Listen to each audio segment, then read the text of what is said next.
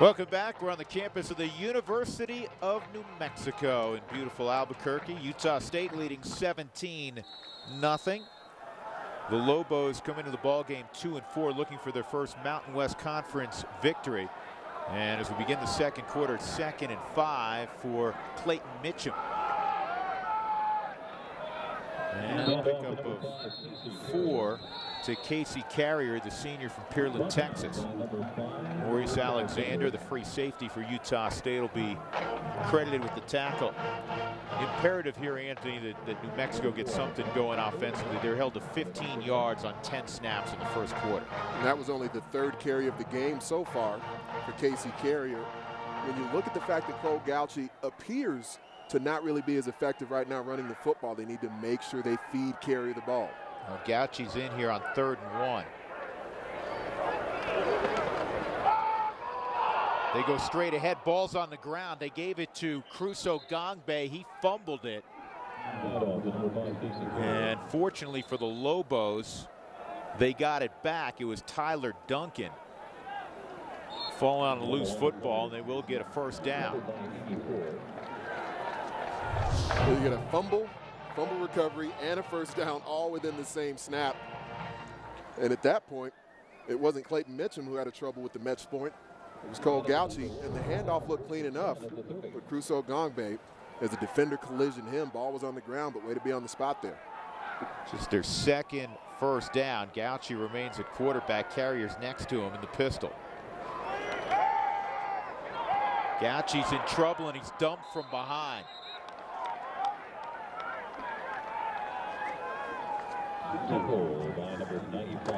Making the tackle on the edge was Ricky Alafua. As Ali Ifua came around the edge, it took a moment for him to get all the way to the quarterback, but they continue to roll the defensive front throughout the game. So everyone's fresh. Everyone's got energy when they get on the field because of all the different bodies that go into the game. Ali Ifua, he's had 1.5 tackles for loss, but that is the first career sack for this young, talented pass rusher. Tight splits for that New Mexico offensive line. Here's a naked Gauchi throwing the ball down the field. He's got a man to the 40-yard line. Jarek Magnet, the junior from Rio Rancho, New Mexico. Gauchi laid that one out there perfectly.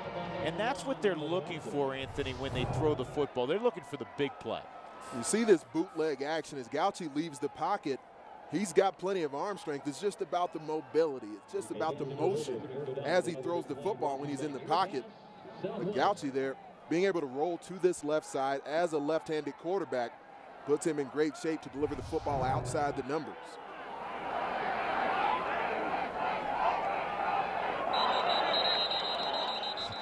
Usually, watching Elvis Kumanatangi there, the ball's right in front of him. Offside. And defense number 96. It's not good 5-yard penalty. When A, Still the first ball's down. in front of you, and B, you slap your chest saying my bad right after before the official has indicated which way he's going to go. Well, you know what we normally do is we start pointing at the offensive line. Even if you knew it was on you. Elvis honest.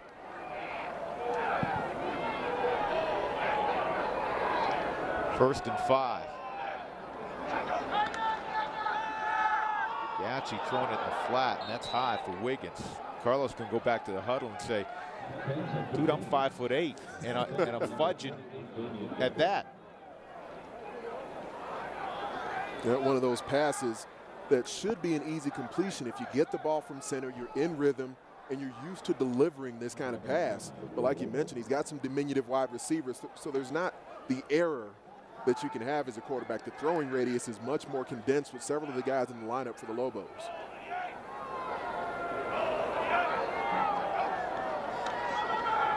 They run a little speed option. Carrier makes a man miss and then falls ahead for about a yard. It'll set up 3rd down and 4. Carrier, 8th leading rusher in college football coming in. Fackrell with the tackle, number 9. But he's been bottled up thus far. one of the things we see with the difference between the two quarterbacks and Cole Gauchi having a lot more comfort, as Bob Davey and his coaching staff described, getting out towards the edge. Sometimes you'll see a very late pitch from Gauchi getting the ball to Carrier. New Mexico just 1 for 4 on 3rd downs. They need the 31. And Gauchi kept it, and he's dumped for a loss. It's Dowdy again. Jake Dowdy, who averages 12 tackles a game. You like this kid, don't you, Anthony? I love Jake Dowdy because he's not only a try-hard guy, but he's a playmaker at the same time. And the fact that he can knife into the backfield shows you that his defensive front is hitting blocks. He's got all these big, ugly guys up there keeping the offensive lineman off of him. That allows an inside linebacker like Jake Dowdy to pull the trigger. 4-down territory. New Mexico at the +35 will go for it on 4th and 4. And they bring in Mitchum.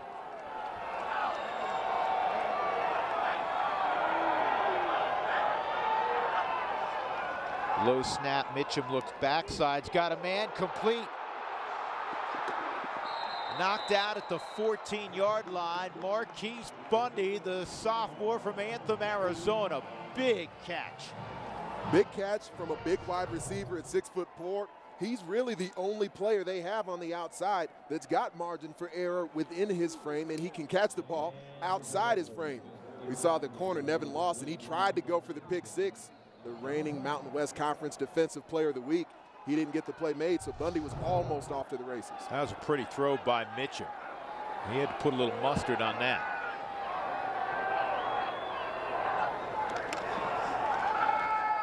Now Mitchum's flushed. He's in trouble. I don't know how he's still on his feet, and he finds a man. How about that play?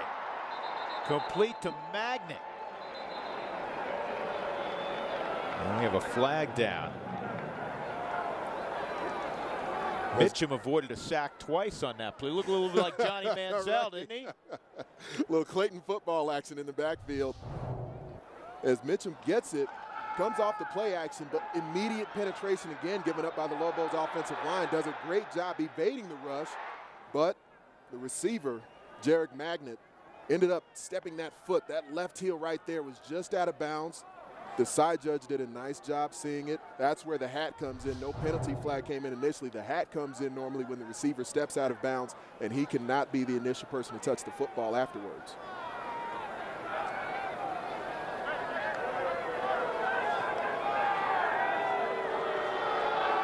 And it did look close. I'll certainly say that from the angle we've seen so far. Get the adjudication from Kevin Marr. Illegal touching. Offense number 87. He was lined up ineligible. Came back in, touched the ball. 5-yard penalty. Still first down.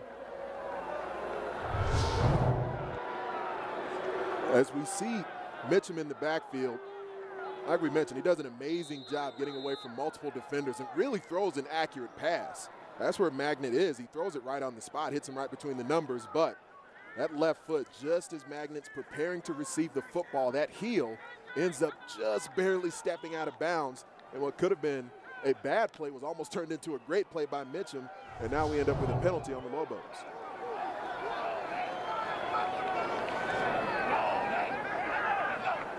First and 15. Mitchum, end zone shot broken up. Free safety Maurice Alexander knocked the football down, a senior from St. Louis. It'll be 2nd and 15. And Alexander remains down.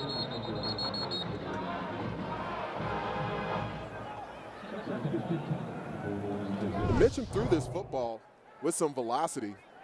We see there again just a kind of a half play action look. Defense really doesn't have to react to it, but as he stands tall in the pocket, he tries to deliver a strike through a very tight window. Almost ends up getting it intercepted right there near the end zone by Maurice Alexander. Reese White was his intended target. So Alexander has to check out.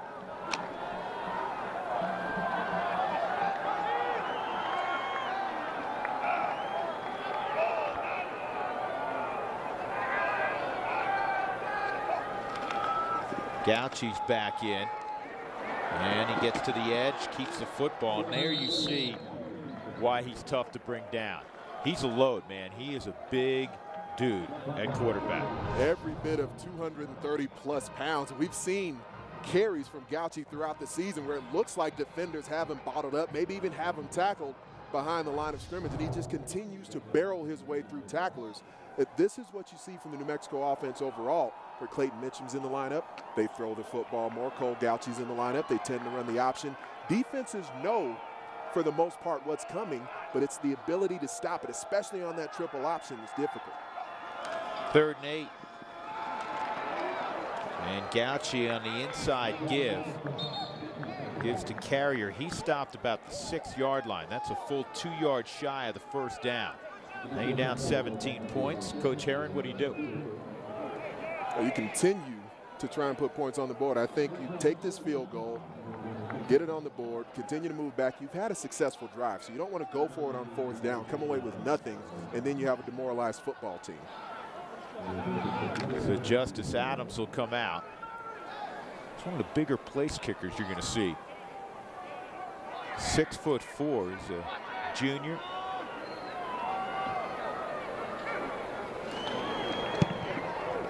And he splits the upright. So New Mexico is on the board with 7:56 to go in the 2nd quarter. Their best offensive moments of the game. 17-3 Utah State. Utah State at University Stadium in Albuquerque leading the Lobos 17-3.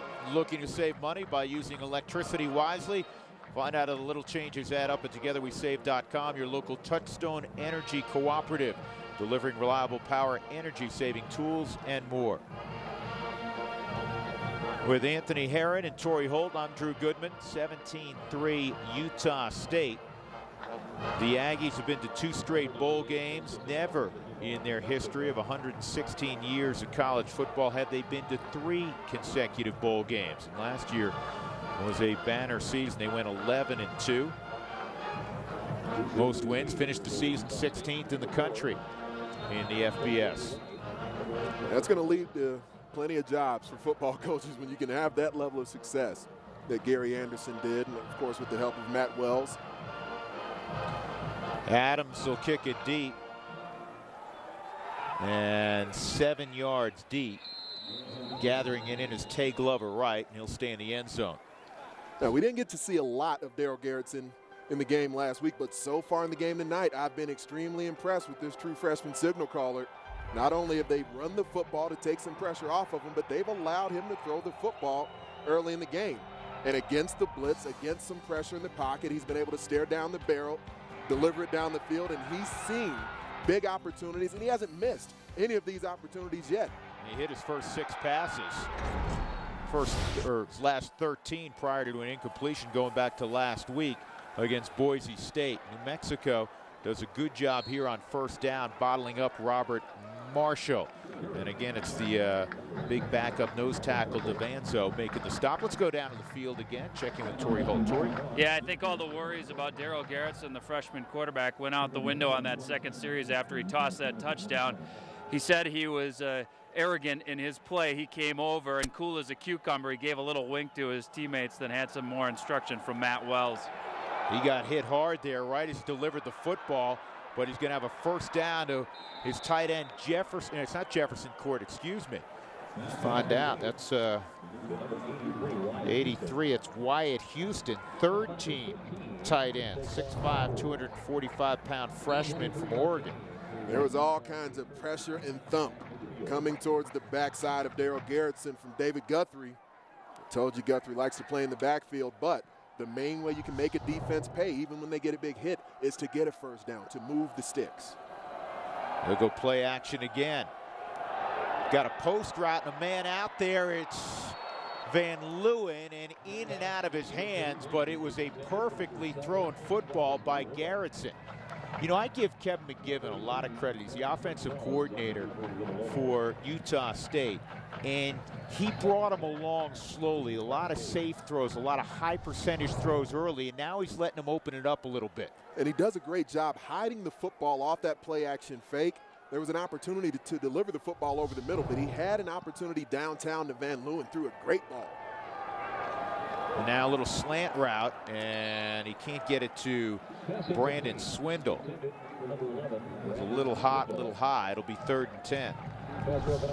I love the fact that he threw the football high on this deep pass, gave Van Leeuwen an opportunity to run under it, and you normally don't see that from Travis Van Leeuwen. He's a guy who's got, if anyone other than Travis Reynolds, maybe the most sure pair of hands on the team. The coaching staff says they've never seen him drop a football. Well, I was going to say, that how unusual is it? That's #1 this year. That's his first drop in 2013. 3rd and 10. And it's complete to the 40-yard line, 45-yard line. It's going to be a full 4 or 5 yards shy of the first down. It was Natson pulling it in. But New Mexico turns away Utah State, so maybe a little momentum swinging back to the home team. Little victories, Drew. Just those little victories. They put a good drive together last time, got a field goal out of it. Maybe a touchdown opportunity was missed, but putting those points on the board, they shift field position, and now their defense had an opportunity to come up with this stop. Jaron Bentrue to punt it. He's going to try to pin New Mexico deep. And it takes a New Mexico roll out to about the 17-yard line. Bob Davies said this is going to be a football game for us to hang in. We got to grind. Grind they are. They'll have the football when we come back, down by 14. 17-3 Utah State, 6:07 left in the second quarter. A reminder, the inaugural Mountain West Football Championship game will be played December the 7th. Visit the MW.com website for more information. So New Mexico will have it at their own 16-yard line. Clayton Mitchum in the football game. Mitchum plenty of time. Didn't like what he saw. He's going to tuck it down, and he has the ability to do this. And he'll get 10 yards on that scramble, or close to it. We're going to mark him, I think, a little bit shy of the first down, so it's an advance of 9. Show pretty good poise there, Anthony. Mitchum far more conscientious with the way that he runs the football. You're not going to see him out in space trying to take on defenders, looking for people to collision as he's trying to get the first down. Brings up a 2nd and short. Now you've got what we call a waste down in the football world. We have an opportunity to maybe try an exotic play. Or you can give it up the middle.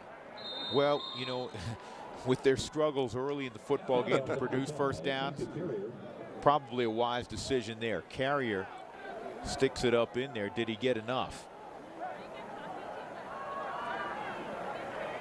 Evidently he did. They're moving the chains. Davey. You know, it's funny, you take some time away from college football, and when you recruit 17, 18-year-old kids, you're recruiting moms and dads also. Moms and dads know who Bob Davey is. I don't know how many 17 and 18-year-olds remember his time in South Bend.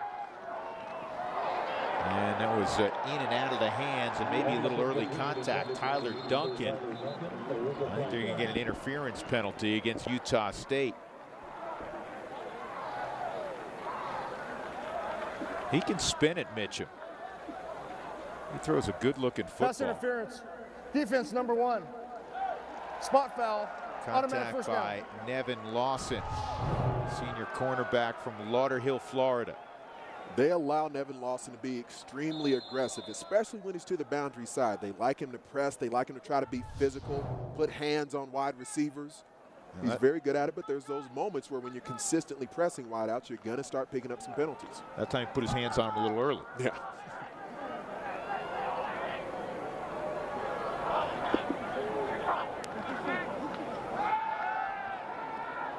And Mitchum again showing escapability, and then the pass a little bit too high for Marquise Bundy. Too high, too hot. This the most extended playing time that Clayton Mitchum has had throughout the season. He started some games, but normally he's not in for this extended period of time, and we're seeing him in situations that maybe he hasn't been in as much in other games so far this year. As he left the pocket, you saw the mechanics broke down a little bit, threw a very hot pass out into the flat, trying to hit Marquise Bundy. Slot to the top on 2nd and 10.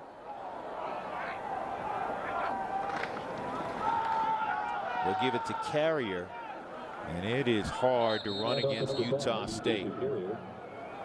29th in the country against the run, leading the Mountain West Conference. They average holding opponents to a little more than 120 yards a game. They're pretty stout up front. That's the toughest spot to find, isn't it, in recruiting? Big defensive, agile linemen. You see some of the numbers right here they've put up. I mean, leading the Mountain West in really all the numbers that matter defensively. 3rd and 8 from Mitchum in New Mexico. And Mitchum is sacked, and he lost the football for a moment again. He got it back. Travis Seafelt will get credit for the sack. 300-pound sophomore from Sun City, Arizona. And that's the 2nd sack tonight for Utah State. The Lobos threw the ball more last week against Wyoming than they have throughout the entire season. And this is an offensive line who isn't used to consistently having to pass block. And we see so far in this game, they've consistently struggled in pass protection. And Maxson is bottled up right away. That was a terrific play on special teams by Brandon Branch. Actually, yeah, that's Brandon Branch. Good looking play. 17-3 as we step aside in Albuquerque. 3:29 left in the first half. Approaching halftime in New Mexico, it's Utah State on top of New Mexico, 17-3. We'll welcome you inside the Root Sports studio. I'm Jenny Kavner with Matt McChesney. Here's a look what's coming up at the half. I have a feeling we're going to talk about Utah State's top-ranked defense in the Mountain West. They're proving why they're #1. They've looked excellent so far in this ball game. They're winning on 3rd down, forcing a lot of punts, and they are dominating the line of scrimmage. Good to see from the Aggies. The Lobos have a lot of work to do at halftime to make adjustments. We'll also catch up on the rest of the Mountain West Conference. How about a border war surprise in Laramie? It should be a fun halftime, so stick around. For now, we'll send it back to Drew and Anthony. All right, Jenny, thanks very much. Yeah, that border war in Laramie was a surprise. I know they're having a party at Fort Collins probably right now that'll rage into the evening. Big opening, DiMartino into the secondary. And DiMartino shoved out of bounds finally inside the 35-yard line, marked out at the 32 finally by David Guthrie as Joey DiMartino breaks off the longest run of the football game. Daryl Garrettson had been having so much success throwing the football. DiMartino kind of became the forgotten man. But you see the void that's opened up right in the middle of the Lobos defense. And DiMartino has surprising speed.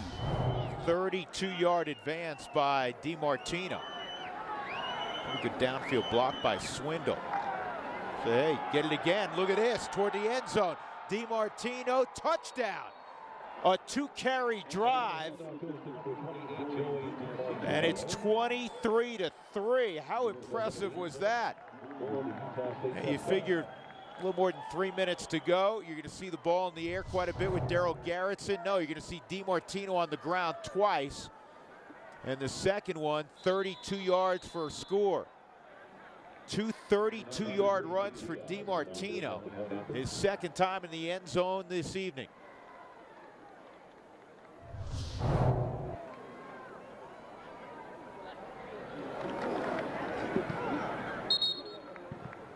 Talk about taking momentum back. That's what Utah State just did. 24-3, the GMC scoring drive.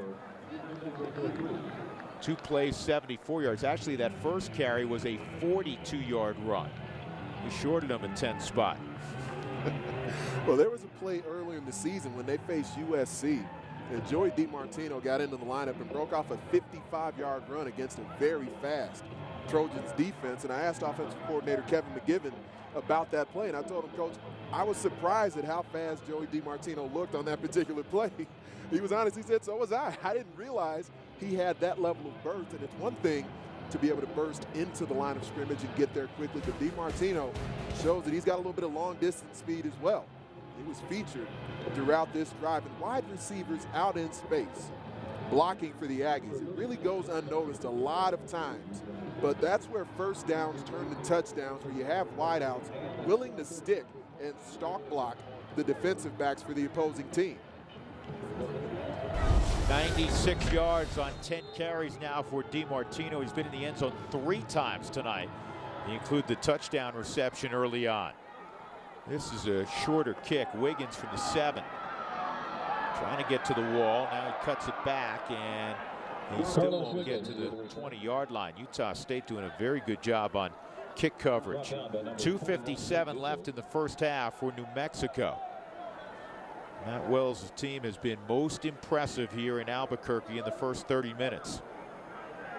Well, you referenced it earlier, partner, that this isn't the first time New Mexico's been down 21 points this season. It just happened last week when they faced Wyoming. We know how explosive that Cowboys offense normally is.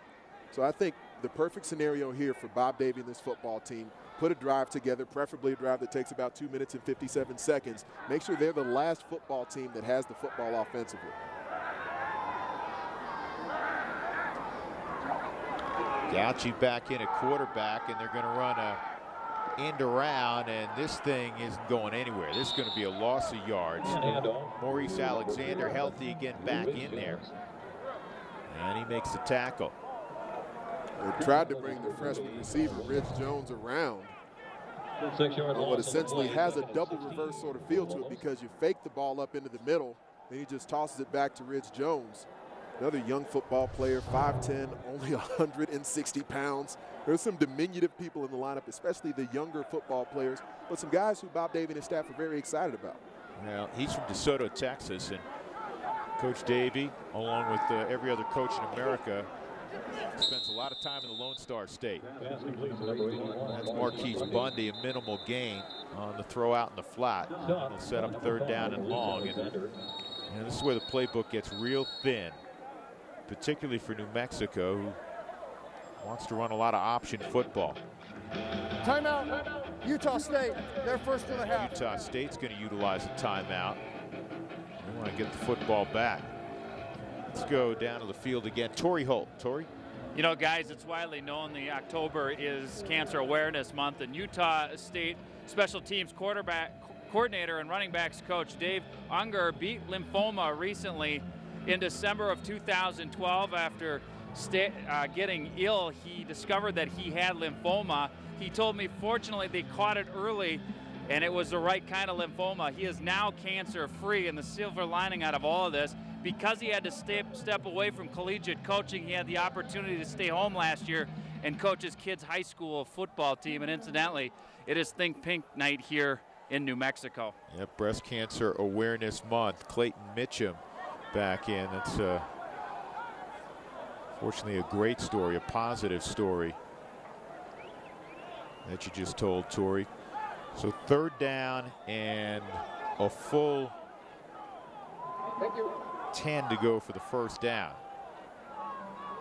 I'd like to see them move the pocket in this scenario. Initial formation, you've got trips to the field.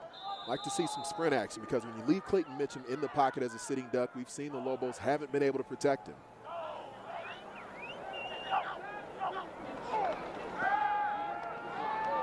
Now Mitchum escapes for a moment, but he falls at the 15-yard line. That'll go as another sack. That's the 3rd sack for Utah State, and once again the Aggies will call timeout. We're seeing so far that the offensive line for New Mexico, they're at least engaging the defensive lineman in the initial part of the snap in pass protection. But Utah State is just staying so active. You see every defensive lineman hit the block initially, doing a great job snatching off the block and still able to penetrate into the backfield. As an offensive blocker, that's really when you're supposed to have the advantage. When the defender initially gets into your pads, that's an opportunity to clamp onto him, but those clamps just aren't working well so far for the Lobos. B.J. Larson probably will get credit for that sack.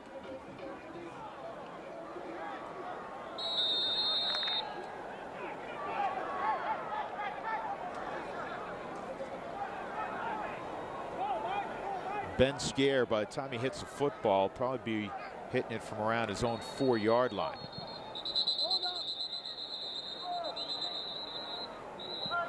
Whistles.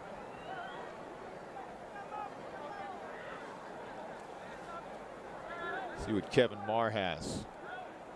There is no foul on the play. 4th down. Well, they didn't have anything, but they got to do it again. A lot of sound and fury signifying nothing. You've been waiting all night to run that line, haven't you? Oh, I've got more. You just wait for the second half. The English major from Iowa. I love it. Anthony Herron.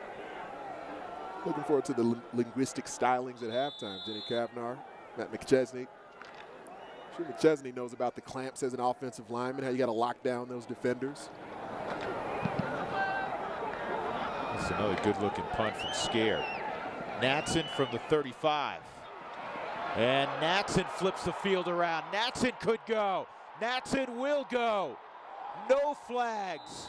65-yard punt return for JoJo Natson.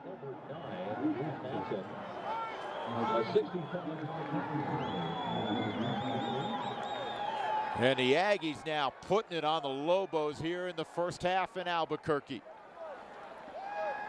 JoJo Natson had only been averaging just over 4 yards per punt return up to this point in the season. That'll change. That statistical category is going to look quite different. That may have been a touchdown in flag football. Diaz has been busy. It's 31-3, Utah State. As JoJo Natson receives the football off the punt, like you mentioned, it was a good punt. Had some hang time on it, great distance. But let's take a look as he catches the football. Right here, we see a lot of defenders in the coverage team bottled up in that space. Normally, it would be an opportunity to escape to the outside, but because Natson is so patient with the way he works the return, he just threatens the numbers a bit, and that opens up the running lane that leads to the go-go for JoJo. You see there, just that faint step that he took towards the side, threatening the numbers, that's what opens up the running lane because you had everyone in one area of the field. Do you remember years ago when you talked about college football recruiting? You're out of the Chicago area, Bolingbrook, and you got recruited by Bob Davie at Notre Dame. You got recruited all over the Big Ten. You settled in Iowa City. It used to be that there were a few programs that truly recruited nationally. You know how many skilled guys come from Florida that are playing in Logan, Utah? I mean, every school now recruits all over the map. Well, it's because you have television packages for every one of the major conferences. You've got television networks like Root Sports that give the opportunity for all these different athletes to be seen on television, where back in the day, you didn't have that opportunity, and it was a selling point for a lot of the major universities. And Wiggins, again, nowhere to go. It's a great story. I alluded to the fact that Bob Davie recruited you, and you couldn't recall. You know, you got, as you said, you got hit in the head a few times, since then. And you looked at Coach Davie and you said, did you come to my home back in '95? Coaches never forget who they recruit, right? They usually don't. Coaches have memories like elephants, and he was the defensive coordinator at Notre Dame at the time. And in talking to Bob Davie just on Friday, I said, well, Coach, you came, you looked at my transcript, he looked me right in the face and said, nope, your grades aren't good enough to make it to Notre Dame. So for me, that was a load off my shoulders. I hadn't seen Coach Davie in person since that time back in '95. At least made me feel better to know that, yeah, I'm not too crazy. I thought that was Bob Davie that came and let me know I wasn't quite Irish material academically. Well, I'll tell you what, if Bob Davie knocks on your door with his charisma, and he will look you in the eye, he's going to win a lot of those recruiting battles. The Irish have softened their academic standing a little bit for athletes since then as well, just as a point of reference. Carrier will get out of bounds and stop the clock at the 24-yard line. 1:36 remaining in the first half. 31-3, Utah State. And a 15-yard pickup on the play. This is a must-hurry-up scenario for the Lobo offense. Not a way they like to operate, not a tempo that they like to use normally. But here with a minute and a half left, you obviously need to try and put some points on the board, but still going in a huddle in between the snaps.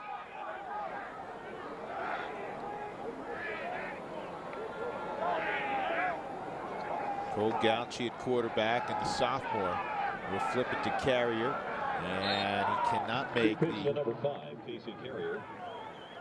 Edge man Kyler Fackrell miss. There's Fackrell. He showed up, and he's about a 205-pound kid. He's put 40 pounds on since arriving in Logan, Utah. Saw Jordan Nielsen play it well. He slow played the option enough where that caused Cole Gauchi to just delay that pitch play. He pitched it late. That's where Kyler Fackrell was able to come in and clean it up. He's a freshman All-American last year, Fackrell. Sophomore from Mesa, Arizona.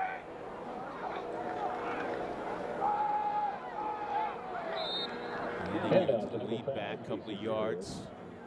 Clock moving inside, 45 seconds left before halftime. Drew, one of the things sorry about that, partner. One of the things I was really excited about looking at was going to be if the New Mexico offensive line could get to that second level of the Utah State defense, because that's where they've been so effective on the option this season, is cutting down linebackers, opening running lanes. Linebackers have been clean throughout the game because of the play up front of this Aggies defensive line. Clayton Mitchum back in the game, trips to the near side. And it's a quarterback draw on third down. And pretty good effort, great effort, in fact, by Mitchum. It looked like he was going to get to the sticks. He does. But New Mexico, I think, just wants to get to the locker room and get ready for the next 30 minutes. 7 seconds left before the break. Bob Davie understands this is a process. Last year, the Lobos won 4 football games. And generally, you're not throwing a significant party after 4 wins. But consider this, that's one more victory than they had the previous 3 years combined. And they were so excited about the direction of the program, how Coach Davie has settled things down here in New Mexico, the quality of kid that he's recruiting. They gave him a 2-year extension over the winter, so he is scheduled to be here through 2019. It is a good fit. It is a good fit for this period of time in Coach Davie's career. And there's a lot of positive things going on in the football program in New Mexico, this first half notwithstanding.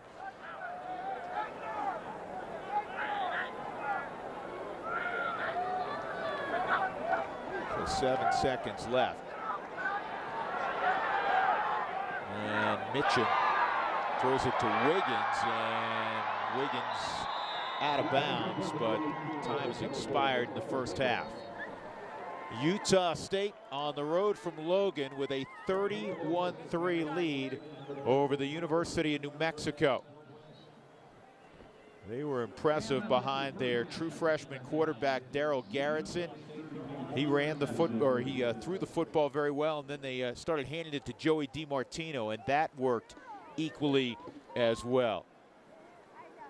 31 points in the first half for Utah State. And a New Mexico team that's accustomed to moving the football and scoring some points of their own, unable to get much going offensively. Let's go down and check in with Torrey Holt. He's with Coach Wells. Well, Coach, you told me about his confidence. We didn't talk about his great feet and his quick release. How would you assess his play in that first half? I thought he was steady. You know, he's confident and he was steady. He did some good stuff. You know, bottom line is we got to play well around him. We've done it for a half. We got another half to go. Doing a nice job moving the football on the ground as well. What's been the key there? Just running the football. Our O-line's establishing line of scrimmage. We said the key to the game was going to be the front seven on both sides of the ball. Appreciate your time. Good luck in the second half. All right, that's Matt Wells. Drew. All right, Torrey, thank you very much. And true to form, coaches always realize it's just half a job when you're at the break. 31-3, pretty good job by Utah State. They're up 4 scores.